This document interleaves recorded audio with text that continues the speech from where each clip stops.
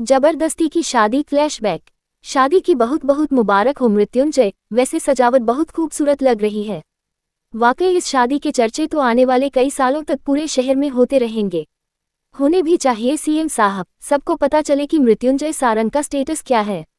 वैसे भी ये किसी मामूली इंसान की शादी नहीं है, मृत्युंजय सारंग और उसकी इकलौती बहन मीरा सारंग की शादी है। सारंग परिवार की इज्जत का सवाल है तो तैयारी बेहतर से बेहतरीन होनी ही थी।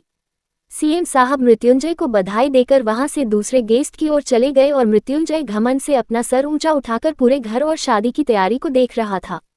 मृत्युंजय सारंग मुंबई का एक जाना माना बिजनेस टाइकून, जिसका नाम बिजनेस की दुनिया में बहुत ही अदब और सम्मान के साथ लिया जाता है, जिसके पास पैसे और दौलत की कोई कमी नहीं है। कमी है तो प्यार, अपनेपन और भरोसे की, जिसकी शायद मृत्युंजय को जरूरत ही नहीं। आज मृत्युंजय की शादी उसके बिजनेस पार्टनर कुबेर सोनवानी की बेटी शनाया सोनवानी से होनी है। ये एक शादी कम और बिजनेस डील ज्यादा थी, जबकि मृत्युंजय की इकलौती बहन मीरा सारंग की शादी कुबेर सोनवानी के बेटे विद्युत सोनवानी से होनी है। मृत्युंजय तैयारी को देखने में लगा था और मेहमानों की वाहवाही बटोर रहा था, तभी एक आदमी भागते हुए उसके पास आया और उसके कानों में कुछ बोलकर वहां से चला गया। उस आदमी के जाते ही मृत्युंजय के चेहरे का घमंड भी कुछ ही पल में गायब हो गया। वो उस आदमी के पीछे पीछे सारंग विला के अंदर चला आया। ऊपर के फ्लोर पर मृत्युंजय 2 कमरों के पास आकर रुका। उसने चिल्लाते हुए कहा, कहाँ है शनाया और मीरा? आखिर दोनों दुल्हन एक साथ गायब कैसे हो सकती है? जल्दी जाओ और सारे एग्जिट क्लोज कर दो, कोई भी इस विला से बाहर नहीं जाना चाहिए। राघव, जल्दी जाकर सीसीटीवी फुटेज निकालो, मुझे दिखाओ कि कौन कौन मीरा और शनाया से मिलने उनके कमरे में गया था। घर का हर एक कोना छान मारो, बिना मेरी इजाजत के इस विला से एक परिंदा भी बाहर नहीं जा सकता। शनाया और मीरा यहीं कहीं होगी। राघव, मृत्युंजय का पर्सनल असिस्टेंट, उसका हुक्म पाते ही तुरंत भाग के गया और एक आईपैड लेकर वापस आया। उसने वो आईपैड मृत्युंजय के हाथों में थमा दिया और कहा, सर ये देखिए, ये वो लड़की है जो आखिरी बार मीरा मैम के कमरे में गई थी और उसके बाद मीरा मैम का कोई अता पता नहीं है। लेकिन चौंकाने वाली बात यह है कि वो लड़की अकेली ही इस कमरे में गई थी और अकेली ही बाहर निकली, मीरा मैम उसके साथ नहीं थी। मृत्युंजय आग उगलती नजरों से राघव को घूर रहा था। उसने तुरंत आईपैड अपने हाथों में लिया और उसमें चल रही वीडियो फुटेज को देखने लगा। जैसे ही मृत्युंजय की नज़र उस लड़की पर गई जो मीरा के कमरे में जा रही थी, उसकी आंखें गुस्से से लाल हो गई। उस फुटेज में साफ साफ देख रहा था एक लड़की चोरी छुपे दबे पांव मीरा के कमरे की तरफ आगे बढ़ रही थी। उसने कैटरर्स वाले कपड़े पहन रखे थे और वो लगातार यहाँ वहाँ देख रही थी जैसे चोरी करने जा रही हो। कुछ देर यहाँ वहाँ देखने के बाद वो लड़की चुपके से मीरा के कमरे के अंदर दाखिल हो गई। कुछ देर के बाद वो लड़की मीरा के कमरे से बाहर निकली और शनाया के रूम में चली गई और फिर वहां से नीचे आ गई। पूरी फुटेज देखने के बाद मृत्युंजय गुस्से में कांपने लगा। उसने अपनी मुठियां भींच ली और दीवार पर एक मुक्का मार राघव से बोला, मुझे ये लड़की अगले 10 मिनट में अपनी आंखों के सामने चाहिए। अगर तुम्हें ये नहीं मिली तो अपनी गर्दन कटवाने के लिए तैयार हो जाना। ये जहां भी है, जिस भी हालत में है, उसे मेरे सामने लेकर आओ। मृत्युंजय की आवाज गुस्से में इतनी ठंडी थी कि उसकी आवाज सुन राघव की भी रीढ़ की हड्डी कांप गई। वो तुरंत सर झुकाकर वहां से निकल गया। वही राघव के जाते ही मृत्युंजय ने गुस्से में फिर एक बार वहां पर पड़े एक वास को उठाकर जमीन पर पटक दिया और उसके टुकड़े टुकड़े कर दिए।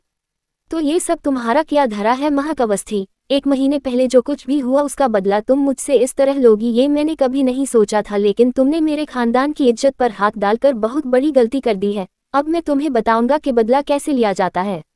आज तक तुमने सिर्फ मृत्युंजय सारंग का गुस्सा देखा है, अब उसकी नफरत की आग देखोगी।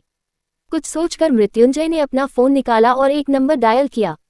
जैसे ही कॉल कनेक्ट हुआ उसने कहा, मीरा और शनाया दोनों ही अपने कमरे से गायब है। उन्हें भागने वाली कोई और नहीं महक अवस्थी है। महक से कैसे निपटना है ये मैं देख लेता हूं, तुम शनाया और मीरा को ढूंढने में अपनी पूरी फोर्स लगा दो।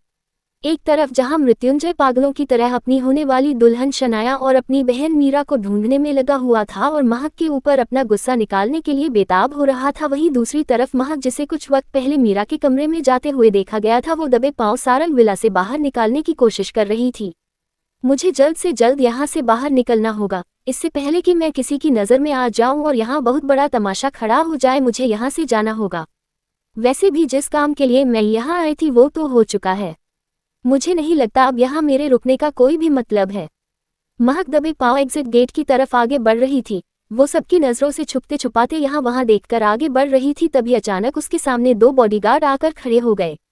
उन दोनों बॉडीगार्ड को अपने सामने अचानक देख महक घबरा गई और 2 कदम पीछे चली गई। उनसे बचने के लिए वो मुड़कर दूसरी तरफ भागने की कोशिश करने लगी, लेकिन फिर उसके सामने 2 और बॉडीगार्ड आ गए। उन बॉडीगार्ड्स के साथ वहां पर राघव भी आ गया। उनमें से एक बॉडीगार्ड ने मौका पाते ही महक के सर पर काले रंग का कपड़ा डाल दिया और वो लोग महक को जबरदस्ती उठाकर वहां से ले गए। दूसरी तरफ शादी की सारी तैयारियां हो चुकी थी। पंडित जी ने शादी की विधियां शुरू करने के लिए दोनों दुल्हनों को शादी के मंडप में बुलावा भेज दिया था। जब कुछ लड़कियां शनाया और मीरा को लेने के लिए ऊपर आई तब मृत्युंजय को वहां पाकर सब डर के मारे वही खड़ी हो गई। मृत्युंजय का ऑरा ही कुछ ऐसा था, कोई भी उसके सामने बोलने की हिम्मत नहीं रखता था।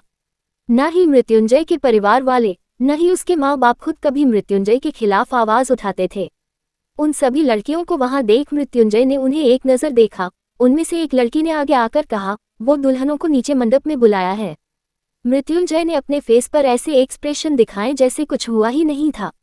उसने बड़े ही आराम से उन लड़कियों से कहा, मीरा की तबीयत अचानक खराब हो गई है, इसलिए आज मीरा की शादी नहीं हो पाएगी। कुछ देर में मैं शनाया को लेकर आ जाऊंगा, तुम लोग जा सकते हो। मृत्युंजय से जवाब मिलने के बाद वो लड़कियां एक पल भी वहां नहीं रुकी और चुपचाप वहां से नीचे आ गई। उनके जाते ही मृत्युंजय का फोन बजा। फोन की स्क्रीन पर राघव का नाम देख वो मुस्कुराने लगा। मृत्युंजय ने फोन उठाया तो दूसरी तरफ से राघव ने उससे कुछ कहा। मृत्युंजय ने जवाब में कहा, ठीक है मैं पहुंच रहा हूं।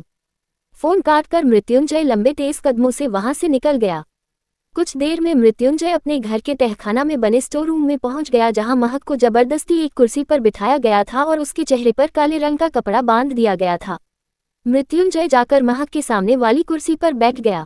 उसने खींचकर वो कपड़ा महक के चेहरे से हटा दिया। महक के बाल खराब हो चुके थे, उसके कपड़े भी यहाँ वहां से काफी बिगड़ चुके थे। ऐसे में अचानक से कपड़ा खींचे जाने पर महक बहुत ज्यादा डर गई। जैसे ही महक ने आंखें खोली अपने सामने मृत्युंजय को पाकर वो घबरा गई। उसके शरीर के अंदर तक मानो बिजली के कट लग रहे हो। उसके माथे से पसीना छूटने लगा। उसे इस हालत में देख मृत्युंजय ने मुस्कुरा कर कहा, तुम्हें क्या लगा था तुम्हारे जैसी 2 कौड़ी की मामूली लड़की मेरे घर आकर मेरी बहन और मेरी होने वाली दुल्हन को भगाएगी और मुझे पता भी नहीं चलेगा? तुम्हें क्या लगा था ये सब करके तुम अपने इरादों में कामयाब हो जाओगी? तुम्हें वो मिल जाएगा जो तुम्हें चाहिए था। तुम जैसी लड़कियां यही तो चाहती है। रातों रात अमीर बनने का तुम लोगों का यही तो हथियार होता है। लेकिन इस बार तुम जानती नहीं हो कि तुमने किससे दुश्मनी मोल ली है। मैं मृत्युंजय हूं जो मौत से जीत सकता है। मृत्युंजय की बातों पर महक उससे नासमझ होकर घूरने लगी, जैसे उसे पता ही नहीं था कि मृत्युंजय किस बारे में बात कर रहा था। ये आप क्या कह रहे हैं? मैंने क्या किया है? आप मुझसे इस तरह से बात क्यों कर रहे हैं? और आप कौन से इरादों की बात कर रहे हैं? मुझे कुछ समझ नहीं आ रहा। 29। महक की बातों पर मृत्युंजय को गुस्सा आ गया। उसने महक का जबड़ा बहुत ही कसकर पकड़ लिया, जिससे महक को दर्द होने लगा। भोले बनने का नाटक मेरे सामने मत करो, मैंने सब देख लिया है। तुमने मीरा को यहाँ से भगाया है ताकि तुम मुझे नीचा दिखा सको। 1 महीने पहले जो कुछ भी हुआ उसका बदला ले सको।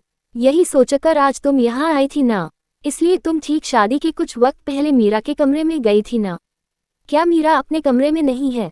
मीरा कहाँ चली गई? मुझे सच में इस बारे में कुछ भी नहीं पता। मैं तो बस वहाँ उसे कमरे में। महक ने इतना कहा ही था कि मृत्युंजय ने गुस्से में उसकी बात बीच में काट दी और उसके गले को अपने एक हाथ में लेते हुए बोला, बहुत हो गया तुम्हारा नाटक। अब मैं तुम्हारी बकवास 1 मिनट और नहीं सुनने वाला। क्या हुआ क्या नहीं हुआ उससे अब मुझे कोई फर्क नहीं पड़ता। फिलहाल अगर मुझे कुछ चाहिए तो वो है अपने परिवार की इज्जत, जिसे मैं तुम जैसी मामूली लड़की के लिए नहीं गंवा सकता। मृत्युंजय ने एक हाथ आगे किया तो राघव ने उसके हाथों में शादी का जोड़ा थमा दिया। मृत्युंजय ने वो कपड़े महक के मुंह पर फेंकते हुए कहा, गलती तुमने की है तो सजा भी तुम्हें ही भुगतनी होगी। तुमने मीरा और शनाया दोनों को भगाया है तो अब इसकी भरपाई तुम्हें खुद मेरी दुल्हन बनके करनी होगी। 10 मिनट, तुम्हारे पास सिर्फ 10 मिनट है। इस दुल्हन के जोड़े को पहनकर तैयार हो जाओ और शादी के मंडप में पहुंच जाओ, वरना मैं वो करूंगा जो तुमने अपने बुरे से बुरे सपने में भी नहीं सोचा होगा। मृत्युंजय उठकर वहां से जा रहा था, तभी महक ने फिर कहा, मैं आपसे शादी नहीं कर सकती। आप पागलों जैसी बातें क्यों कर रहे हैं? और मैं मीरा और आपकी होने वाली बीवी। महक अपनी बात पूरी कर पाती उससे पहले ही मृत्युंजय मुड़ा और महक के बालों को अपनी मुट्ठी में कसकर पकड़ उसका चेहरा ऊपर कर दिया। उसके चेहरे की काफी करीब आकर वो बोला, मैंने कहा ना, क्या हुआ क्या नहीं हुआ उससे मुझे कोई फर्क नहीं पड़ता। फिलहाल तुम चुपचाप इन कपड़ों को पहन लो, वरना मुझे खुद तुम्हें ये कपड़े पहने होंगे जो शायद तुम्हें अच्छा ना लगे।